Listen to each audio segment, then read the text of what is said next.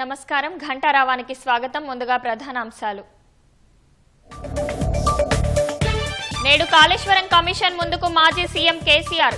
కాసేపట్లో Erravalli farm house నుంచి బయలుదేరనున్న గులాబీ బాస్.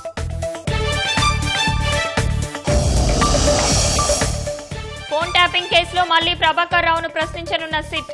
ఉద్యోగ విరమణ చేసినా కొనసాగించడంపై ఆరా తీయనున్న అధికారులు.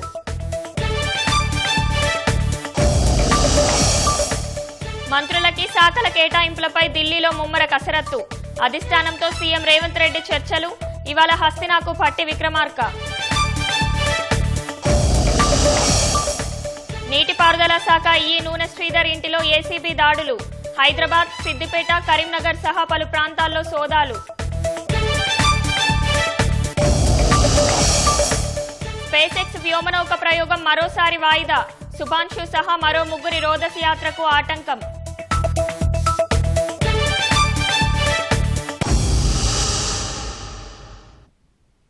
నీటిపారుదల శాఖ ఈ నూనె శ్రీధర్ నివాసాలపై అవినీతి నిరోధక శాఖ దాడులు చేస్తోంది.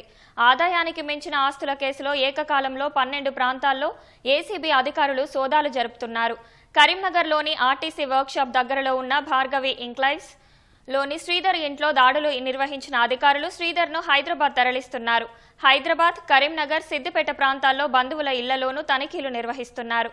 కాళేశ్వరం ప్రాజెక్టులోని 6, 7, 8 ప్యాకేజీ పనులను శ్రీధర్ పర్యవేక్షించారు. ఈ నూనె శ్రీధర్ భారీగా అక్రమాస్తులు కూడబెట్టినట్లు ఆరోపణల నేపథ్యంలో ఏసీబీ అధికారులు దాడులు జరుపుతున్నారు.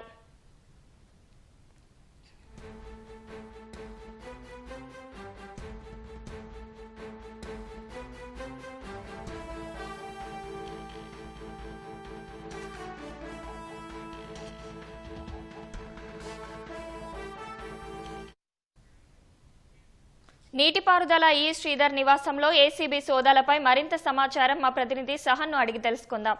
సహన్, ఈ శ్రీధర్ నివాసంపై ఏసీబీ అధికారుల దాడులపై తాజా సమాచారం ఏంటి? వేకోజామునే ఏసీబీ సోదాలు కలకరం లేపాయి. ఏకకాలంలో 12 చోట్ల సోదాలు జరుపుతున్నారు. హైదరాబాద్, సిద్దిపేట, కరీంనగర్ ప్రాంతాల్లోని ఈగా పనిచేస్తున్న నూనె శ్రీధర్ ఇళ్లతో పాటు బంధువుల నివాసాలను ఏకకాలంలో సోదాలు చేపట్టారు. కరీంనగర్ లోని ఆర్టీసీ వర్క్షాప్ సమీపంలో ఉన్న అతని ఫ్లాట్ లో ఏసీబీ అధికారులు సోదాలు చేపట్టారు. ఉదయం 6 గంటలకే నూనె శ్రీధర్ ని ఏసీబీ అధికారులు కస్టడీలోకి తీసుకుని హైదరాబాద్ తరలించినట్టు సమాచారం. ఇదే సమయంలో నూనె శ్రీధర్ సంబంధించిన బంధువుల ఇళ్లలోనూ కరీంనగర్ లో సోదాలు చేపడుతున్నారు. భాగ్యనగర్ కాలనీలో ఉన్న నూనె శ్రీధర్ మామ నివాసంలో ప్రస్తుతం సోదాలు కొనసాగుతున్నాయి. కీలకమైన కాళేశ్వరం ప్రాజెక్టులో 8వ ప్యాకేజీకి సంబంధించి ఈగా పనిచేస్తున్న నూనె శ్రీధర్ భారీగా అక్రమాస్తులు కూడబెట్టినట్లు ఆరోపణలు ఎదుర్కొంటున్నారు. కరీంనగర్ తో పాటు సిద్దిపేట ప్రాంతాల్లో భారీగా ఆస్తులు కూడబెట్టినట్లు సమాచారం.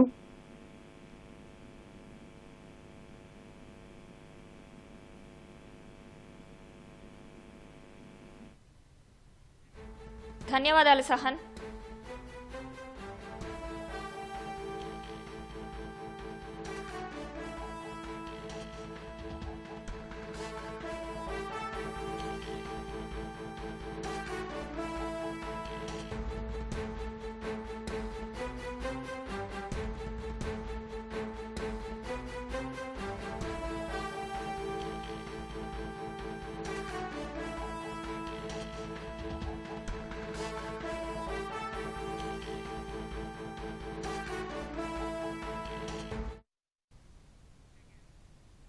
కలకలం సృష్టించిన ఫోన్ ట్యాపింగ్ కేసులో నేడు మరోసారి సిట్ విచారణకు ప్రధాన నిందితుడు ప్రభాకర్ రావు హాజరు కానున్నారు. ఇప్పటికే 8 గంటల పాటు ప్రశ్నించిన పోలీసులకు పూర్తిగా సహకరించకపోవడంతో మరోసారి విచారణకు రావాలని తెలిపారు. ప్రభాకర్ రావును ప్రశ్నించేందుకు ప్రత్యేక దర్యాప్తు బృందం ప్రశ్నావళి సిద్ధం చేసుకున్నట్లు తెలుస్తోంది.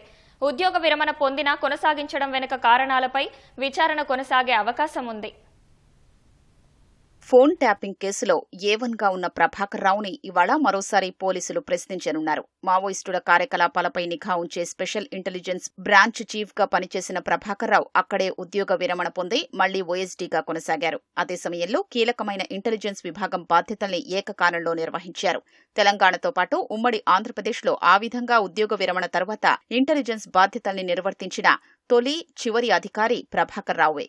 అంతటి కీలక బాధ్యతల్ని అప్పగించడం వెనుక దురుద్దేశముందని, ఫోన్ అక్రమ ట్యాపింగ్ కోసమే అక్కడ కొనసాగించారనే ఆరోపణలు ఉన్నాయి. ఈ క్రమంలోనే SIBలో గతంలో ఎన్నడూ లేని విధంగా ప్రణీత్రావు ఆధ్వర్యంలో స్పెషల్ ఆపరేషన్స్ టార్గెట్ SOT ఏర్పాటు చేసినట్లు సిట్ అనుమానిస్తోంది.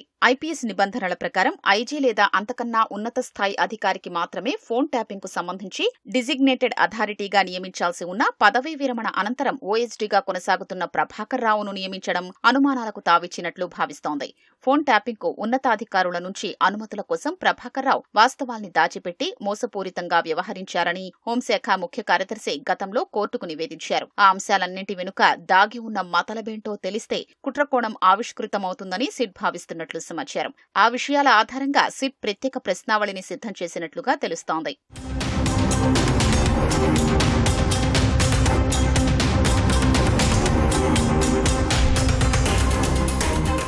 ఫోన్ అక్రమ ట్యాపింగ్ కు ఆదేశించినట్లు ఆధారాలు ఉన్నాయో చూపారనే రీతిలో ప్రభాకర్ రావు విచారణకు హాజరైన సందర్భంగా వ్యవహరించినట్లు తెలుస్తోంది. అక్రమ ట్యాపింగ్ కోసం SOTలో ప్రణీత్రావుకు ప్రత్యేకంగా కంప్యూటర్లు సమకూర్చడం మొదలు మావోయిస్టుల కార్యకలాపాలపై పనిచేయకున్నా పదోన్నతి కల్పించడం వెనుక ప్రభాకర్ రావు హస్తమున్నట్లు సిట్ ప్రాథమిక ఆధారాలు సేకరించింది.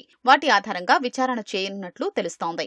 ప్రణీత్రావు వాంగ్మూలం ప్రభాకర్ రావు చెప్పే అంశాల్ని క్రోడీకరించి కీలక ఆధారాలు రాబట్టాలని యోచిస్తోంది. అందులో భాగంగానే SOT వ్యవహారాల్ని నేరుగా పర్యవేక్షించిన ప్రణీత్రావుతో కలిపి ప్రభాకర్ రావుని విచారించాలని సిట్ నిర్ణయించింది.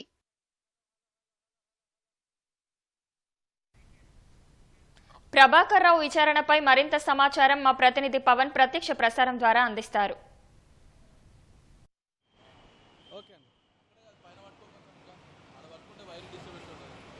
ఫోన్ ట్యాపింగ్ కేసులో కీలక పరిణామం చోటు చేసుకొనుంది. ఇవాళ మరోసారి ప్రభాకర్ రావు సిట్ అధికారుల ఎదుట విచారణకు హాజరు కానున్నారు. ఇప్పటికే మొన్న 9వ తారీఖున విచారణకు హాజరైన ప్రభాకర్ రావును ఈరోజు మళ్లీ విచారణకు హాజరు కావాల్సిందిగా సిట్ అధికారులు అయితే సూచించారు. ఈ మేరకు ఇవాళ కాసేపట్లోనే ఆయన సిట్ అధికారుల ఎదుట హాజరు కానున్నారు. ఇప్పటికే మొన్న 9వ తారీఖు విచారణ సందర్భంగా అయితే ఆయన సిట్ అధికారులు అడిగినటువంటి ప్రశ్నలకు పూర్తిగా స్పందించినట్టుగా కూడా మనకు తెలుస్తుంది. ఎక్కువగా మౌనంగా ఉన్నట్టుగా కూడా తెలుస్తుంది.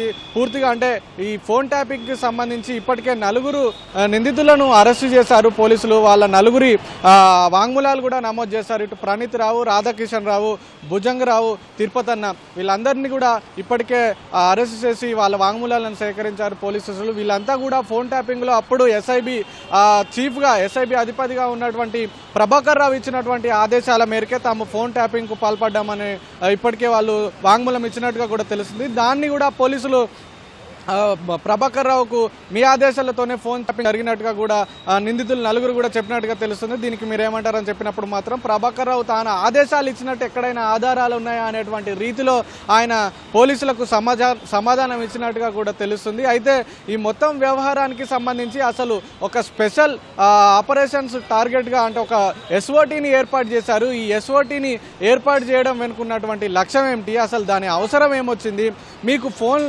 ట్యాపింగ్కి సంబంధించి జాబితా ఎవరిచ్చారు ఏంటి అనే పూర్తి వివరాలను కూడా పోలీసులకు ప్రశ్నించినట్టుగా కూడా తెలుస్తుంది. అయితే వీటన్నిటికీ కూడా ప్రభాకర్ రావు మౌనంగా ఉన్నట్టుగా కూడా మనకు సమాచారం అందుతుంది. అయితే ఇవాళ ప్రభాకర్ రావుని మరోసారి విచారించనున్నారు పోలీసులు. ఫోన్ ట్యాపింగ్ గత ఏడాది మార్చి 10న ఫోన్ ట్యాపింగ్కి సంబంధించి కేసు నమోదైన వెంటనే ప్రభాకర్ రావు అమెరికాకు వెళ్ళిపోయారు. అయితే అమెరికా నుంచి అతన్ని విదేశాల నుంచి భారత్కి రప్పించడానికి పోలీసులు తీవ్ర అనేక ప్రయత్నాలు చేశారని చెప్పుకోవచ్చు. ఆయనపై నాన్ బెయిలబుల్ వారెంట్ జారీ చేశారు. ఆయన పాస్పోర్ట్ రద్దు చేయించడం కావచ్చు, ప్రకటిత నేరస్తుడు అనేటువంటి ఒక అస్త్రాన్ని ప్రయోగించడం కావచ్చు, రెడ్ కార్నర్ నోటీసులు జారీ చేయడం కావచ్చు, ఇవన్నీ చర్యలతో ప్రభాకర్ రావును పోలీసులు ఒక ఆత్మరక్షణలోకి నెట్టారని చెప్పుకోవచ్చు. దీంతో తప్పనిసరి పరిస్థితుల్లో ప్రభాకర్ రావు ముందస్తు బెయిల్ కోసం సుప్రీంకోర్టును ఆశ్రయించాల్సి వచ్చింది. సుప్రీంకోర్టుకు ఆశ్రయించిన తర్వాత సుప్రీంకోర్టు దర్యాప్తుకు సహకరించాల్సిందేనని స్పష్టం చేసింది. దీంతో ఎమర్జెన్సీ ట్రావెల్ డాక్యుమెంట్తో అయితే ప్రభాకర్ రావు హైదరాబాద్కు చేరుకున్నారు.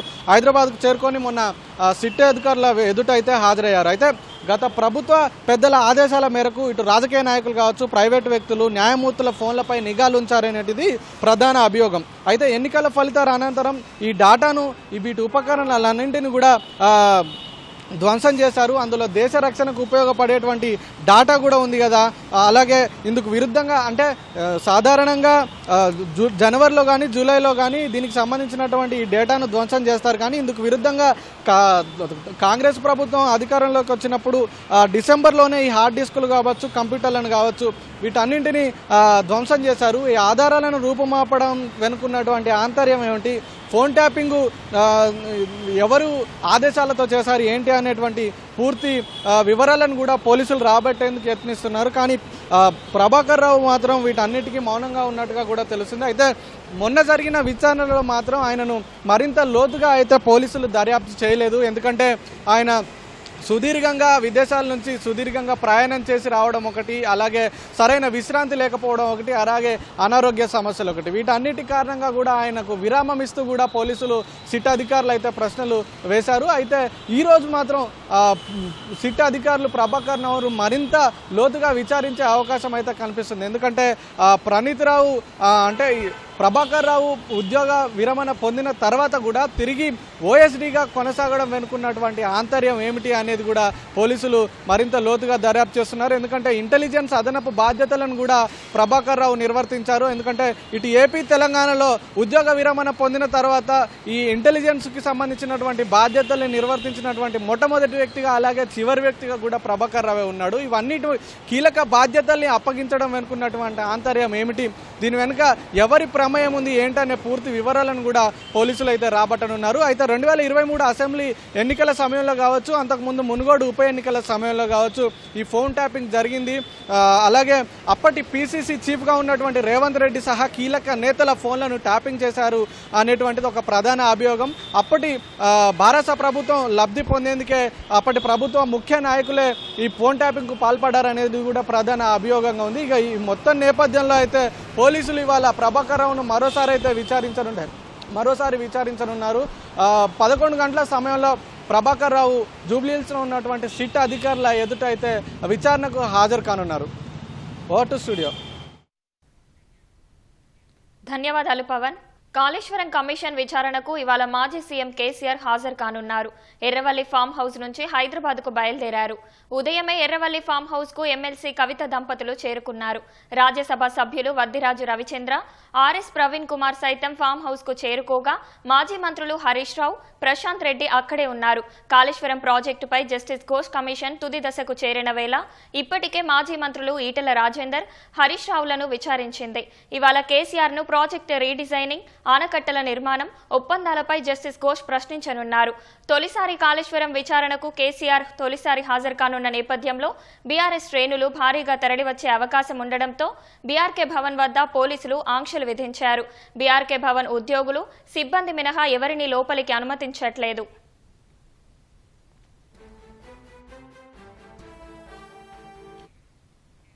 కాళేశ్వరం విచారణపై మరింత సమాచారం మా ప్రతినిధి రఘువర్ధన్ ప్రత్యక్ష ప్రసారం ద్వారా అందిస్తారు.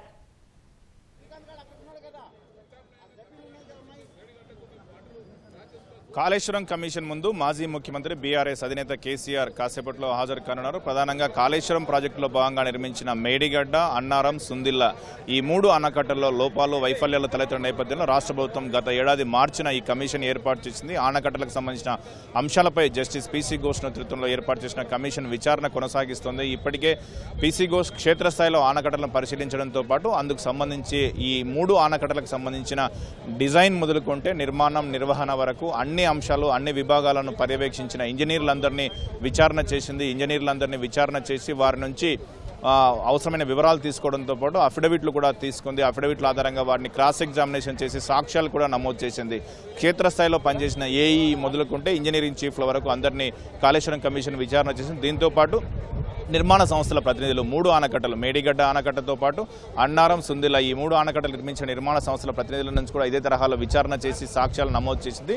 అటు కీలకంగా ఉన్న నీటిపారుదల శాఖ, ఆర్థిక శాఖ ఉన్నతాధికారులను కూడా కమిషన్ విచారణ చేసింది. అంటే కాళేశ్వరం ప్రాజెక్టుకు సంబంధించి ఏ రోజైతే మేడిగడ్డ, అన్నారం, సుందిల్లలో ఆనకట్టలు నిర్ణయించారో అందుకు సంబంధించిన ప్రక్రియ ప్రారంభమైనప్పటి నుంచి నిర్వహణ వరకు ఆయా బాధ్యతల్లో ఉన్న ఇంజనీర్లతో పాటు నీటిపారుదల శాఖ, ఆర్థిక శాఖ ఉన్నతాధికారులను విచారించింది. విధానపర నిర్ణయాలకు సంబంధించి ప్రభుత్వ ప్రధాన కార్యదర్శిని కూడా జస్టిస్ పీసీ ఘోష్ కమిషన్ ప్రశ్నించింది. దీంతో పాటు ఇతరులు కూడా కొంతమంది కమిషన్ ముందుకు వచ్చి తమకు ఉన్న సమాచారాన్ని అందించారు. ఇందులో ఎమ్మెల్సీ కోదండరాం, గతంలో జలశక్తి శాఖ సలహాదారుగా పనిచేసిన వెదిరి శ్రీరామ్తో పాటు జలవనరుల అభివృద్ధి సంస్థ చైర్మన్గా పనిచేసిన వి ప్రకాష్, విద్యుత్ శాఖ ఇంజనీర్ రఘు సహా ఇతరులు కూడా కమిషన్ ముందు హాజరయ్యారు. మొత్తంగా వీరందరి విచారణ ప్రక్రియ పూర్తి చేసిన అనంతరం కాళేశ్వరం కమిషన్ విధానపర నిర్ణయాలకు సంబంధించి నాటి ప్రభుత్వ పెద్దలను కూడా విచారణ చేయాలని నిర్ణయించింది. అందులో భాగంగా అప్పుడు 2014 జూన్ 2వ తేదీ నుంచి ముఖ్యమంత్రిగా ఉన్న కేసీఆర్తో పాటు ఆ 2 ప్రభుత్వాల్లో కేసీఆర్ 2 దఫాల్లో ఆర్థిక నీటిపారుదల శాఖ మంత్రి బాధ్యతలు నిర్వర్తించిన మంత్రులను కూడా ప్రశ్నించాలని నిర్ణయించి హరీష్ రావు, ఈటెల రాజేందర్లను కూడా నిర్ణయం తీసుకుంది. అందుకు అనుగుణంగా ఇప్పటికే ఈటెల రాజేందర్, హరీష్ రావు విచారణ కూడా పూర్తయింది. ఆర్థిక శాఖ బాధ్యతలు చూసిన ఈటెల రాజేందర్తో పాటు హరీష్ రావు నీటిపారుదల శాఖ, ఆర్థిక శాఖ 2 బాధ్యతలు చూసిన నేపథ్యంలో వారిద్దరి నుంచి కూడా కమిషన్ వారిద్దరిని విచారణ చేసింది. వాస్తవానికి మాజీ ముఖ్యమంత్రి కేసీఆర్కు ఈ నెల 5వ తేదీనే విచారణకు హాజరు కావాల్సి ఉంది. కానీ ఆయన ఆరోగ్య కారణాల రీత్యా తనకు మరొక తేదీ ఇవ్వాలని కోరడంతో జస్టిస్ పీసీ ఘోష్ ఇవాళ సమయం ఇచ్చారు. ఇవాళ ఉదయం 11:30 జస్టిస్ పీసీ ఘోష్ కమిషన్ ముందు కేసీఆర్ హాజరు కావాల్సింది. ఇప్పటికే ఎర్రవల్లిలో ఉన్న కేసీఆర్ ఎర్రవల్లి వ్యవసాయ క్షేత్రం నుంచి బయలుదేరారు. ఇవాళ కేసీఆర్తో నిన్ననే ఇప్పటికే హరీష్ రావు, మాజీ మంత్రులు హరీష్ రావు, ప్రశాంత్ రెడ్డి తదితరులు నిన్నటి నుంచి ఫామ్ హౌస్లోనే ఉన్నారు. ఇప్పటికే హరీష్ రావుతో పలు దఫాలుగా కేసీఆర్ సమావేశమయ్యారు. దీంతో పాటు నీటిపారుదల శాఖ విశ్రాంత ఇంజనీర్లు, న్యాయవాదులతో కూడా సంప్రదింపులు జరిపారు. ఈ కాళేశ్వరం ప్రాజెక్టు రీఇంజనీరింగ్ సంబంధించిన అంశాలతో పాటు ఆనకట్టలకు సంబంధించిన అన్ని అంశాలపై విచారణలో ఏం జరుగుతుంది, ఇంజనీర్లను కావచ్చు ఇతరులను ఎలాంటి ప్రశ్నలు వేస్తున్నారు, తనకు ఎటువంటి అంశాలను జస్టిస్ ఘోష్ ప్రశ్నించే అవకాశం ఉంది, ఏ అంశాలు చెప్పాలో, వాస్తవాలు ఏమున్నాయి అన్న అంశంపై కేసీఆర్ అందరితోనూ సంప్రదింపులు జరిపి పూర్తి స్థాయిలో సిద్ధమైనట్టు తెలుస్తుంది. ఇప్పటికే చూడవచ్చు ప్రధానంగా కాళేశ్వరం కమిషన్ విచారణ చేసినప్పటి నుంచి మొదటగా 3-4 అంశాలపై ప్రత్యేకంగా దృష్టి సారిస్తుంది. మొదటిది ప్రాణహిత చేవేళ్ల సుజల స్రవంతి ప్రాజెక్టును కాదని కాళేశ్వరం ప్రాజెక్టుగా రీఇంజనీరింగ్ చేసినందుకు కారణాలపై ప్రధానంగా కమిషన్ ప్రశ్నిస్తుంది. అప్పటికే ప్రాణహిత చేవేళ్ల కింద కొంత పనులు చేయడంతో పాటు అంచనా వ్యయం కూడా భారీగా పెరిగిన నేపథ్యంలో అందుకు సంబంధించి ఎందుకు చేయాల్సి వచ్చింది, తమ్మిడిహట్టిని కాదని మేడిగడ్డ వద్ద ఆనకట్ట ఎందుకు నిర్మించాల్సి వచ్చిన అంశంపై ప్రధానంగా కమిషన్ దృష్టి సారిస్తుంది. ఇదే సందర్భంలో మేడిగడ్డ వద్దే ఎందుకు నిర్మించారు, మేడిగడ్డ వద్దే ఆనకట్ట నిర్మాణానికి ఎందుకు నిర్ణయం తీసుకున్నారన్న విషయాన్ని కూడా కమిషన్ దృష్టి సారిస్తుంది. దీంతో పాటు అన్నారం, సుందిల్ల ఆనకట్టలకు సంబంధించి మొదట ప్రతిపాదించిన స్థలం కాకుండా కొంత వేరే చోట కట్టారు, ఎందుకు ఇలా నిర్ణయం తీసుకోవాల్సి వచ్చిన విషయాన్ని కూడా జస్టిస్ పీసీ ఘోష్ దృష్టి సారిస్తున్నారు. దీంతో పాటు టెండర్ ఒప్పందం, ఈ 3 ఆనకట్టలకు సంబంధించిన టెండర్ ఒప్పందాల్లో మొదట ఉన్న ఒప్పందాలను కాదని కొంత మేర మార్పులు చేశారు, వాటికి సంబంధించి ఎందుకు మార్చారనే విషయాన్ని కూడా జస్టిస్ పీసీ ఘోష్ ప్రశ్నిస్తున్నారు. ఇక కాళేశ్వరం ప్రాజెక్టును నిర్మించేందుకు రాష్ట్ర ప్రభుత్వం కాళేశ్వరం కార్పొరేషన్ ఏర్పాటు చేసింది. కార్పొరేషన్ ఏర్పాటు చేసి ఆ కార్పొరేషన్ ద్వారా రుణాలు సమీకరించి వాటి ద్వారానే ప్రాజెక్టును పూర్తి చేసిన నేపథ్యంలో కార్పొరేషన్ లక్ష్యాలు, కార్పొరేషన్ తీసుకున్న రుణానికి సంబంధించిన చెల్లింపులు ఎలా చేయాలి అందుకు సంబంధించిన విధానాలపై కూడా జస్టిస్ పీసీ ఘోష్ దృష్టి సారిస్తున్నారు. దీంతోపాటు నిర్మాణం, డిజైన్లు కావచ్చు, ఆనకట్టల నిర్మాణం కావచ్చు, నాణ్యత కావచ్చు, అన్నింటికంటే కీలకంగా నిర్వహణకు సంబంధించి కూడా అంశాలపై కూడా జస్టిస్ పీసీ ఘోష్ దృష్టి సారిస్తున్నారు. నిర్వహణ ఎలా జరిగింది, O&M పాలసీ ఎలా ఉంది, O&M జరిగిందా లేదా, మొదట్లోనే సమస్యలు వచ్చినప్పుడు వాటిని ఎందుకు రెక్టిఫై చేయలేదు, ఈ అంశాలన్నింటిపైన పూర్తి స్థాయిలో జస్టిస్ పీసీ ఘోష్ దృష్టి సారిస్తున్నారు. మాజీ ముఖ్యమంత్రి కేసీఆర్ విషయానికి వస్తే ముఖ్యమంత్రిగా ఉండడంతో పాటు 2వ దఫాలో నీటిపారుదల శాఖను పూర్తిగా కేసీఆర్ చూశారు. కేసీఆర్ వద్ద నీటిపారుదల శాఖ ఉన్నప్పుడే కాళేశ్వరం ప్రాజెక్టు ప్రారంభోత్సవం జరిగింది. అదే సందర్భంలోనే 2023 ఎన్నికల ముందు మేడిగడ్డ పియర్స్ కుంగిన పరిస్థితి కూడా కేసీఆర్ నీటిపారుదల శాఖ మంత్రిగా ఉన్నారు. దీంతో పాటు కొన్నాళ్ల పాటు ఆర్థిక శాఖ కూడా 2వ దఫాలో కేసీఆర్ వద్ద ఉంది. ఇందుకు సంబంధించిన నేపథ్యంలో ఈ విధానపర నిర్ణయాలకు సంబంధించి ఇటు కాళేశ్వరం ప్రాణహిత చేవేళ్ల ప్రాజెక్టును కాదని కాళేశ్వరం ప్రాజెక్టుగా రీఇంజనీరింగ్ చేయడం మొదలు ఆనకట్టల నిర్మాణం సహా నిర్వహణతో పాటు ఈ కార్పొరేషన్కి సంబంధించిన ఆర్థికపరమైన అంశాలు వీటన్నిటిపై కూడా జస్టిస్ పీసీ ఘోష్ ప్రశ్నించున్నారు. ఈ ఆర్థికపరమైన అంశాలకు కావచ్చు, లోపాలకు సంబంధించి రాష్ట్ర ప్రభుత్వం విజిలెన్స్ విచారణకు ఆదేశించిన నేపథ్యంలో విజిలెన్స్ విభాగం ఇచ్చిన తుది నివేదికను, అటు ఎన్డీఏసీ నిపుణుల కమిటీ ఇచ్చిన తుది నివేదికను, దీంతోపాటు కాళేశ్వరం ప్రాజెక్టుకు సంబంధించిన ఆర్థికపరమైన అంశాలపై comptroller and auditor general CAG ఇచ్చిన నివేదికలను కూడా జస్టిస్ పీసీ ఘోష్ పరిగణలోకి తీసుకున్నారు. వాటన్నింటి ఆధారంగా ఇప్పటివరకు మొత్తం 114 మంది విచారణ పూర్తి చేశారు. ఇవాళ 115వ వ్యక్తిగా కేసీఆర్ హాజరు కానున్నారు కమిషన్ ఎదుట. ఎదుట ఇప్పటికే బీఆర్కే భవన్ వద్దకు కమిషన్ కార్యాలయం ఉన్న బీఆర్కే భవన్ వద్దకు బీఆర్ఎస్ నేతలు కార్యకర్తలు చేరుకుంటారు. ఇంకా చాలా మంది కూడా చేరుకునే అవకాశం ఉంది.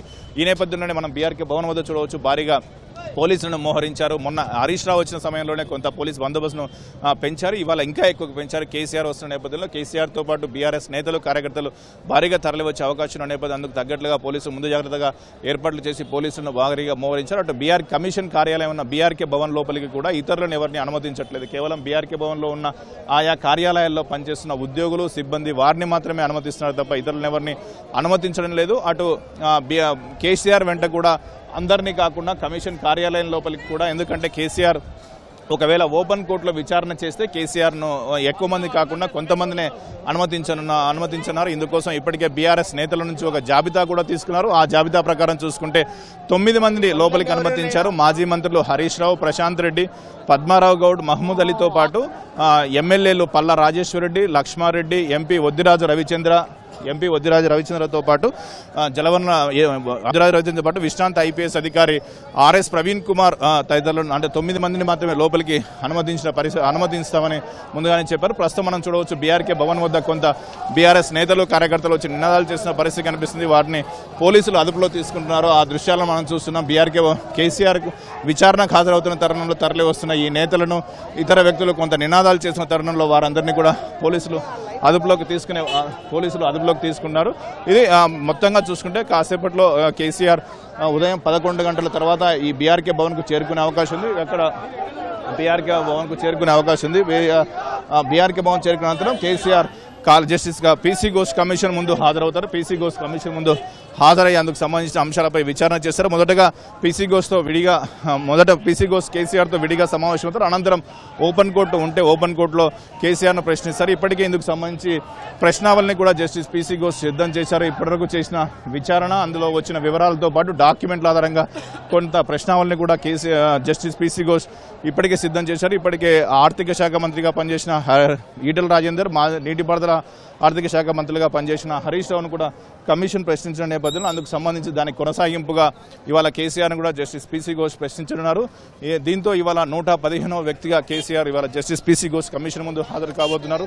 ఈ పరిస్థితుల్లో భారీగా తరలి వస్తున్న బీఆర్ఎస్ నేతలు కార్యకర్త అందుబాటులో ఉండేందుకు వీలుగా బీఆర్కే భవన్ సమీపంలో ఉన్న ఆదర్శ్ నగర్ న్యూమెల క్వార్టర్స్లో కేటీఆర్ అందుబాటులో ఉండనున్నారు. నేతలందరినీ కూడా కేటీఆర్ అక్కడే కలవనున్నారు. Over to studio.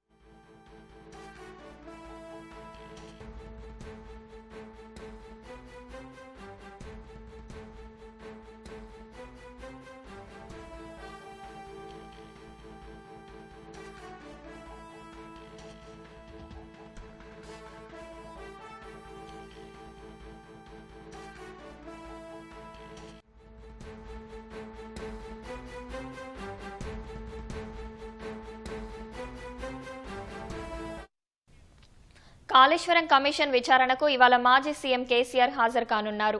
Erravalli farm house నుంచి హైదరాబాద్కు బయలుదేరారు. ఉదయమే ఎర్రవల్లి ఫామ్ హౌస్ కు ఎమ్మెల్సీ కవిత దంపతులు చేరుకున్నారు.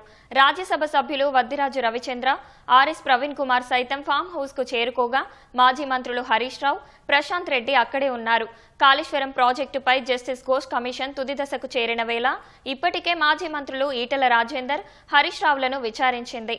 ఇవాళ కేసీఆర్ ను ప్రాజెక్టు ఆనకట్టల నిర్మాణం ఒప్పందాలపై జస్టిస్ ఘోష్ ప్రశ్నించనున్నారు. తొలిసారి కాళేశ్వరం విచారణకు కేసీఆర్ తొలిసారి హాజరు కానున్న నేపథ్యంలో బీఆర్ఎస్ శ్రేణులు భారీగా తరలివచ్చే అవకాశం ఉండడంతో బీఆర్కే భవన్ వద్ద పోలీసులు ఆంక్షలు విధించారు. బీఆర్కే భవన్ ఉద్యోగులు, సిబ్బంది మినహా ఎవరిని లోపలికి అనుమతించట్లేదు.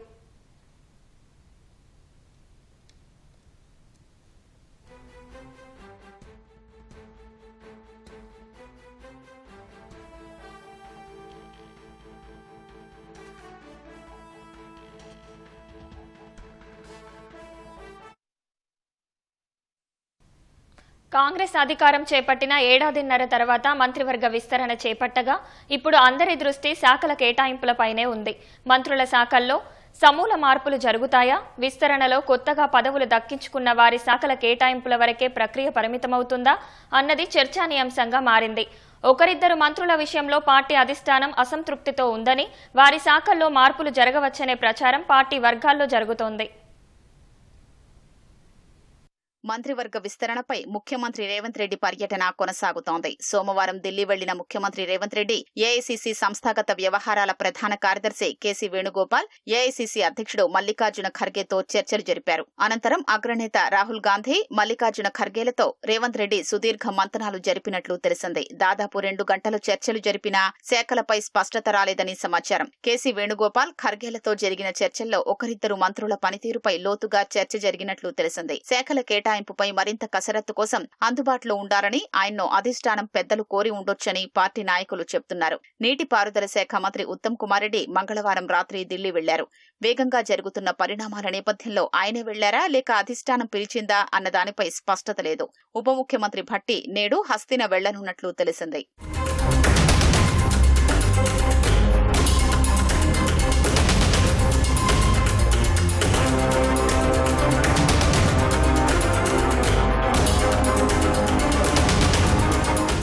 మంత్రివర్గ విస్తరణలో వివేక్, శ్రీహరి, లక్ష్మణ్ కుమార్ కు చోటు లభించగా అవకాశం కోసం ఎదురు చూసినా రానివారు అసంతృప్తితో ఉన్నారు. వారిని బుజ్జగించే పనిలో నిమగ్నమై ఉండగా ఇప్పుడు శాఖల కేటాయింపుపై అధిష్టానం విస్తృతంగా చర్చలు జరపడం ప్రాధాన్యం సంతరించుకుంది. ఇద్దరు కీలక మంత్రుల వద్ద 2 ముఖ్య శాఖలు ఉన్నాయి. ఓ మంత్రి నుంచి ప్రధానమైన ఓ శాఖను మార్చి ప్రస్తుతం ముఖ్యమంత్రి వద్ద ఉన్న ఓ శాఖను ఆయనకు ఇవ్వొచ్చని ప్రచారం ఉంది.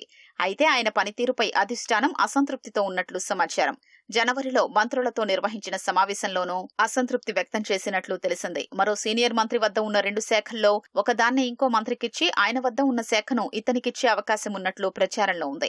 మంత్రుల శాఖలు మార్చడానికి నిర్ణయిస్తే సమూల మార్పులకు దారితీస్తుందని, ఇది కొత్త సమస్యల్ని సృష్టించే అవకాశం ఉందని కొందరు పార్టీ నాయకులు ఆందోళన వ్యక్తం చేస్తున్నారు. వీలైనంత తక్కువ మార్పులు చేయడం లేదా కొత్త వారికి శాఖలు కేటాయించడం వరకే పరిమితం కావాలని సీఎం సూచించినట్లు ప్రచారం జరుగుతున్నా ఆ విషయంలో స్పష్టత లేదు. కొత్త మంత్రులకు ముఖ్యమైన శాఖలు కేటాయించాలనే అభిప్రాయంతో అధిష్టానం ఉన్నట్లు తెలుస్తోంది.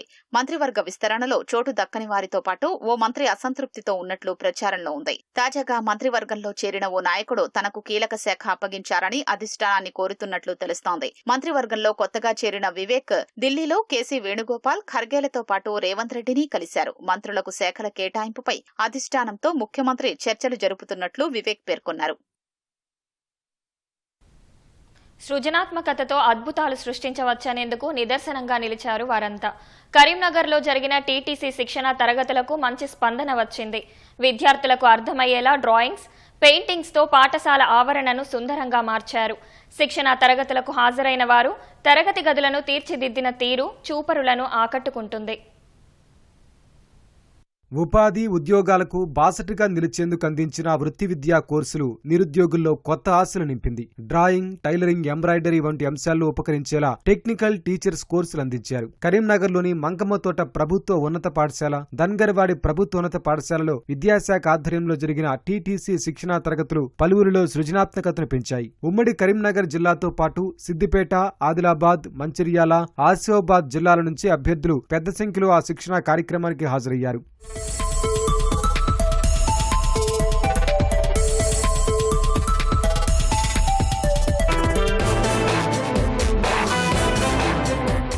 అల్లికలు, నిరుపయోగంగా పడేసే కాగితాలు, అట్టలు వంటి వాటితో పలువురు ఆకట్టుకునేలా అలంకరణ వస్తువులు తయారు చేశారు. గాజులు, ఎంబ్రాయిడరీ డిజైన్లు, టైలరింగ్, ఎంబ్రాయిడరీలు, డ్రాయింగ్, అబ్బురపరిచే చిత్రాలు సహా రమణీయమైన డిజైన్లు చేయడంలో శిక్షణ పొందారు. శాస్త్రవేత్తల చిత్రాలు, నీటి పొదుపు తెలిపేలా వాల్ పెయింటింగ్స్, కరీంనగర్ జిల్లా కలెక్టర్ సహా ఆపరేషన్ సింధూర్ వీరవనితల చిత్రాలు అందరినీ ఆకట్టుకుంటున్నాయి. టీటీసీ పరీక్షకు ముందు అభ్యర్థులు 42 రోజుల పాటు థియరీ, ప్రాక్టికల్స్ లో ఉత్సాహంగా పాల్గొన్నారు. ఈ కోర్సు లోపల drawing and tailoring every year నేర్పుతాను. మ్యూజిక్ ఉంటుంది కానీ ఈసారి మ్యూజిక్ లేదు. మెయిన్ ఏంటంటే ఈ ట్రైనింగ్ చేయడానికి లోయర్ పాస్ కావాలి, మినిమం 10th క్లాస్ ఉండాలి. ఈ ట్రైనింగ్ అయిపోయినాక ఇందులో పాస్ అయిన పిల్లలకు గవర్నమెంట్ స్కూల్ లోపల డ్రాయింగ్ అంటే డ్రాయింగ్ టీచర్ గా, క్రాఫ్ట్ అంటే క్రాఫ్ట్ టీచర్ గా అపాయింట్ చేసే అవకాశం ఉంది. కాబట్టి చాలా మంది ఇంట్రెస్ట్ తోని డ్రాయింగ్, టైలరింగ్ చేయడం జరుగుతుంది.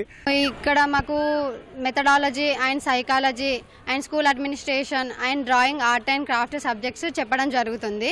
పిల్లలకి ఎలా డ్రాయింగ్ అనేది ఎలా నేర్పించాలి, వాళ్ళ మనసులను ఎలా అవగాహన చేసుకోవాలి, వాళ్ళని ఎలా అర్థం చేసుకోవాలి అనేది మా సార్ వాళ్ళందరూ మాకు చాలా బాగా నేర్పించారు. ఏ విధంగా డ్రా చేసి పిల్లలకి చెప్పాలి అనేది ఇక్కడ నేర్పించడం జరుగుతుంది. ఇక్కడికి వచ్చి మేము డ్రా చేయడం జరిగింది. ఇక్కడ వాల్ పెయింటింగ్స్ కూడా వేయడం జరిగింది. రాబోయే తరాలకు సులువుగా అర్థమయ్యే విధంగా ఇక్కడ మేము పెయింటింగ్ వేయడం, వాళ్ళకి ఏ విధంగా మోల్డింగ్ చేయడం అనేది ఇక్కడ నేర్చుకున్నాం. ఇక్కడ డెఫినెట్ పిల్లలకి ఆర్ట్ ఎక్కువ ఇంట్రెస్ట్ పిల్లలకి, ఎందుకంటే వాళ్ళకి వినపడదు, మాట్లాడలేరు కాబట్టి వాళ్ళకి నేర్పించడం కోసం కంపల్సరీ సర్టిఫికేట్ కావాలి. కాబట్టి నేను ఈ కోర్సులో జాయిన్ అయినండి. మా పిల్లలకి బాగా ఉపయోగపడుతుందని అనుకున్నాం. మాకు ఇక్కడ ఫ్యాకల్టీ చాలా హెల్ప్ చేసి అసలు తెలియని విషయాలు చాలా నేర్చుకున్నాం. మేము ఫస్ట్ నుంచి ఇప్పటి వరకు చాలా వేరియేషన్స్, కలర్ కాంబినేషన్స్ కానీ ఏవైనా ఎలా ఉండాలి ఏంటి అని చాలా నేర్చుకున్నాము. దాంతోపాటు ఇక్కడ ఉన్న ఫ్రెండ్లీ వాతావరణం వల్ల మేము ఎక్కువ ఒకళ్ళ నుంచి ఒకళ్ళము చాలా నేర్చుకున్నాము. మా డ్రాయింగ్లో కానీ పెయింటింగ్స్లో కానీ చాలా మెచ్యూరిటీ వచ్చేసింది.